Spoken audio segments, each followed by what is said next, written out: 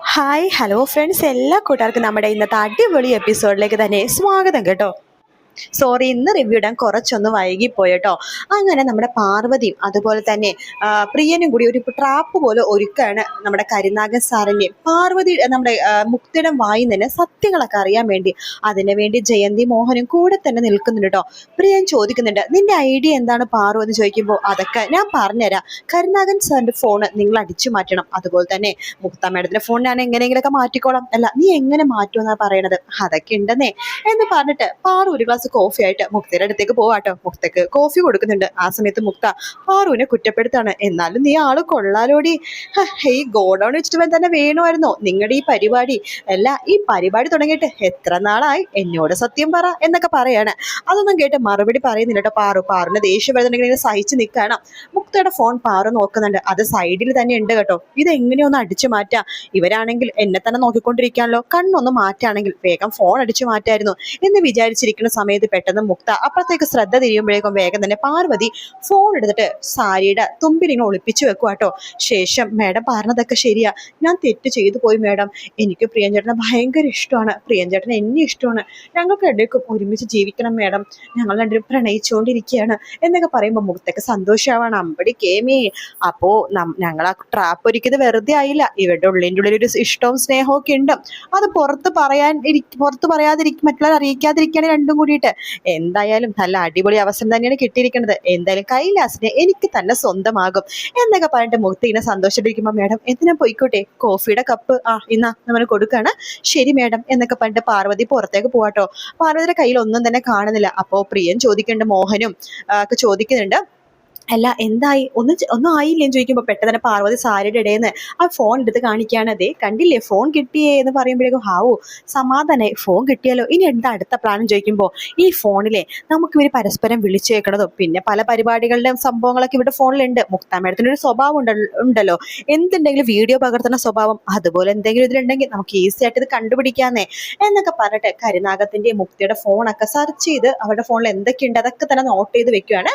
ശേഷം ഇതിന്റെ പിന്നിൽ കറക്റ്റ് ആയിട്ട് കരിനാഗനും അതുപോലെ തന്നെ മുക്തയാണെന്ന് ഇവർക്ക് മനസ്സിലാവുന്നുണ്ട്. പക്ഷെ ഇതിനിപ്പോൾ അടുത്ത തെളിയിക്കേണ്ടത്, ഈ കമ്പനിയിൽ ഇപ്പോഴും പ്രിയനെയും അതുപോലെ തന്നെ പാർവതിനെ തെറ്റായിട്ട് വിചാരിക്കുന്ന കുറച്ച് പേരുണ്ട്. അവരുടെ മുമ്പിൽ വേണം ആദ്യം ഇത് തെളിയിക്കാനായിട്ട്. അതിനുശേഷമാണെന്നുണ്ടെങ്കിൽ കൈലാസ് സാറിന് ഇത് അറിയിക്കണം. അതാണ് പാർവതിയുടെയും അതുപോലെ തന്നെ പ്രിയന്റെയും ഉദ്ദേശം കേട്ടോ. അതുകൊണ്ട് തന്നെ അവരെല്ലാ തെളിവുകളും ശേഖരിച്ചതിന് ശേഷം പാർവതിയുടെ പ്രിയൻ ചോദിക്കണ്ടേ, അല്ല ഇനി അടുത്ത തന്റെ പ്ലാൻ എന്താണെന്ന് ചോദിക്കുമ്പോൾ, ഇനി എന്താണ്, നമുക്ക് എല്ലാവരുടെ മുമ്പിൽ ഇപ്പൊ കിട്ടിക്കുന്ന തെളിവുകളൊക്കെ ഉണ്ടല്ലോ, അതൊക്കെ നമുക്ക് എല്ലാവരുടെ മുമ്പിൽ കാണിച്ചു കൊടുക്കാം എന്ന് പറയാണ്. അല്ല, മറ്റുള്ളവർ ഇത് വിശ്വസിക്കോ? അല്ല, അവർക്ക് എന്താണ് മുക്ത മേഡത്തിനെയും അതുപോലെ കരുനാഗത്ത് സാറിന് എല്ലാവർക്കും പേടിയായതുകൊണ്ട് നമ്മളെ വിശ്വസിക്കോടോ, നമ്മൾ ഈ ചെയ്തൊക്കെ വെറുതെ ആയി പോകുമോ എന്ന് പ്രിയൻ ചോദിക്കുമ്പോൾ, ഒരു കുഴപ്പമില്ല, ഞാനല്ലേ പറയണ പ്രിയൻ ചേട്ടൻ സമാധാനത്തോടെ ഇരിക്കുക എന്ന് പറയണം. അങ്ങനെ എല്ലാവരും വിളിച്ചു വരുന്നതിന് ശേഷം പ്രിയനും പാർവതിയും ആ സത്യങ്ങളൊക്കെ തുറന്നു പറയാണ്. അന്ന് ശരിക്കും പറഞ്ഞാൽ ഒരു ട്രാപ്പ് ഒരുക്കിയായിരുന്നു. പ്രിയനും പാർവതി തമ്മിൽ അവിഹിത ബന്ധമുണ്ടെന്ന് അറിയിക്കാൻ വേണ്ടിയിട്ട് ഒരു ട്രാപ്പ് ഒരുക്കിയതായിരുന്നു എന്ന രീതിയിൽ സത്യങ്ങളൊക്കെ തുറന്നു പറയാണ് നമ്മുടെ പ്രിയനും പാർവതിയും. അപ്പൊ എല്ലാവർക്കും അത് വിശ്വാസമുണ്ട്, കാരണം തെളിവ് സഹിതമാണ് ഇവരെല്ലാം കാണിക്കുന്നത് കേട്ടോ. അത് മാത്രമല്ല, നമ്മുടെ കൈലാസിനും ആകെ ഒരു ഷോക്ക് പോലെ ആവാണ്. ഈശ്വര, താനും ചെറുതായിട്ടാണെങ്കിലും ഒന്ന് സംശയിച്ചല്ലോ എന്ന രീതിയിൽ ഇതാക്കുവാണ്. അതിനുശേഷം മുക്തക്കും അതുപോലെ തന്നെ കരുനാഗനോട് പറയണ്ട്, ഇത് നിങ്ങളുടെ ലാസ്റ്റ് വാണിംഗ് ആണ്. സത്യം പറഞ്ഞാൽ നിങ്ങൾ ഇവിടുന്ന് ചവിട്ടി പുറത്താക്കേണ്ടതാണ്, പക്ഷേ ഞാൻ നിങ്ങൾക്ക് ലാസ്റ്റ് വാണിംഗ് കൊടുക്കുകയാണ്. ഇതിപ്പോ പാർവതിയും അതുപോലെ തന്നെ പ്രിയനും ചിലപ്പോൾ നിങ്ങൾ എന്തൊക്കെയാ പറഞ്ഞിരുന്നത്, ചവിട്ടി പുറത്താക്കണം അങ്ങനെ പല കാര്യങ്ങളും നിങ്ങൾ പറഞ്ഞു, പക്ഷെ അതുപോലൊന്നും അവർക്ക് താല്പര്യമില്ല. അതുകൊണ്ട് പാർവതിയും പ്രിയനും തന്നെ ഇവർക്കുള്ള ശിക്ഷ വിധിച്ചോളൂ എന്ന് കൈലാസ് പറയണം. അത് കേട്ടിട്ട് പ്രിയൻ പാർവതി അടുത്ത് പറയുന്നുണ്ട്, നീ പറഞ്ഞോ, ഇവർക്ക് എന്ത് ശിക്ഷയാണ് കൊടുക്കേണ്ടത്, നിനക്കാണ് ഏറ്റവും കൂടുതൽ അപമാനം ഏറ്റത്, അതുകൊണ്ട് നീ വേണം ശിക്ഷ വിധിക്കാനായിട്ട് എന്ന് പറയുമ്പോൾ പാർവതി പറയുന്നുണ്ട്, ഞാൻ ഇവരെ ഇവിടുന്ന് പുറത്താക്കണമെന്നോ അല്ലെ ഇവരെ ഇനി കാണരുതെന്നോ ഒന്നും ഞാൻ പറയുന്നില്ല, അതൊക്കെ ഇവരുടെ സ്വന്തം ഇഷ്ടമാണ്. പക്ഷെ ഒരു കാര്യമുണ്ട്, ഒരിക്കലും ഒരു പെണ്ണിനോടും ഒരു ആണിനോടും അവർ ഇതുപോലത്തെ ഒരു തെറ്റ് ചെയ്യരുത്. അവരിവിടെ തന്നെ തുടർന്നോട്ടെ, അതിനൊരു കുഴപ്പമില്ല, പക്ഷേ ഇനി ഒരിക്കലും ഒരാളോടും ഈ തെറ്റിനെ ആവർത്തിക്കരുതെന്ന് പറഞ്ഞിട്ട് ഇവർ സോറി പറയണം എന്ന് പറയണം. അങ്ങനെ കൈലാസ് പറയുന്നുണ്ട്, അതെ, അല്ലെങ്കിൽ ആ സോറി ഞാൻ ഇവരെ കൊണ്ട് പറയിപ്പിക്കുന്ന കാര്യത്തിൽ ഒരു സംശയമില്ല. കരുനാഗൻ സാറും അതുപോലെ തന്നെ മുക്തയും ഇപ്പൊ തന്നെ പ്രിയനോടും പാർവതിയോടും സോറി പറയണം, എല്ലാവരുടെ മുന്നിൽ സോറി പറയണം എന്ന് പറയണം.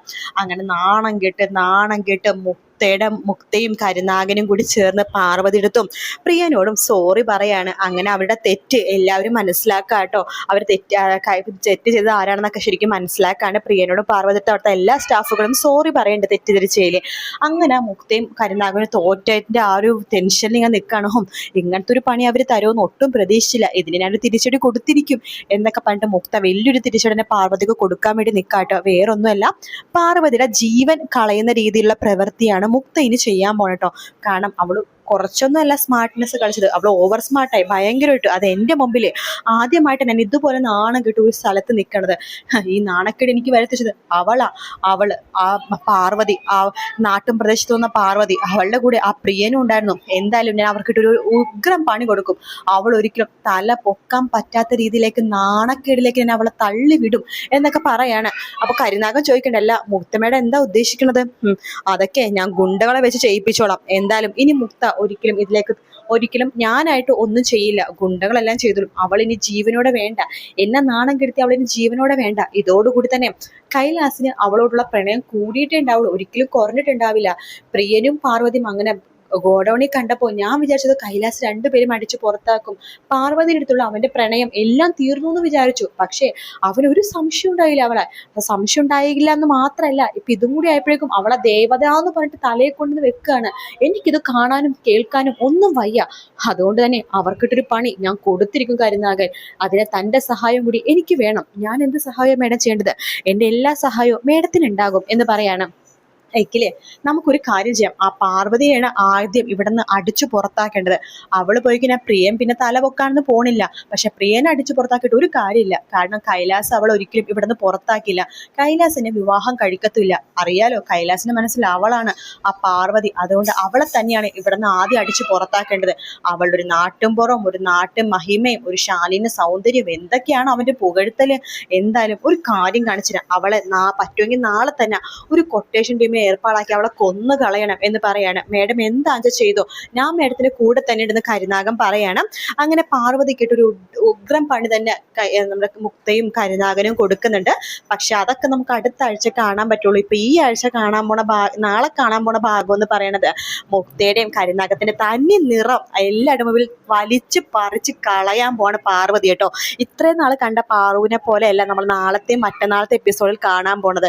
കാരണം മുക്തയുടെ മുഖത്തിട്ട് ആഞ്ഞടിക്കുന്ന പാർവതിനെയാണ്. മുക്ത എന്ന് പറഞ്ഞ ആ ഒരു വൃത്തികെട്ട സ്വഭാവമുള്ളത്, അതായത് ഒരു പെണ്ണിനെ പോലെ അപമാനിക്കാൻ ഒരു നാണമില്ലാത്ത അവരുടെ ഒരു സ്വഭാവം ശരിക്കും വലിച്ചു കീറി കളയാൻ പോവാണ് പാർവതി കേട്ടോ. എന്തായാലും നല്ല അടിപൊളി എപ്പിസോഡ് തന്നെയാണ് ഇനി വരാൻ പോകുന്നത്. നമുക്ക് കാത്തിരുന്ന് തന്നെ കാണാം ഫ്രണ്ട്സ്. ഈ വീഡിയോ ഇഷ്ടപ്പെടാണെന്നുണ്ടെങ്കിൽ ലൈക്ക് ചെയ്യാനും സബ്സ്ക്രൈബ് ചെയ്യാനും കമൻറ്റ് ചെയ്യാനും മറക്കല്ലേ. മറ്റൊരു വീഡിയോ ആയിട്ട് വീണ്ടും കാണാം. Take care, bye bye.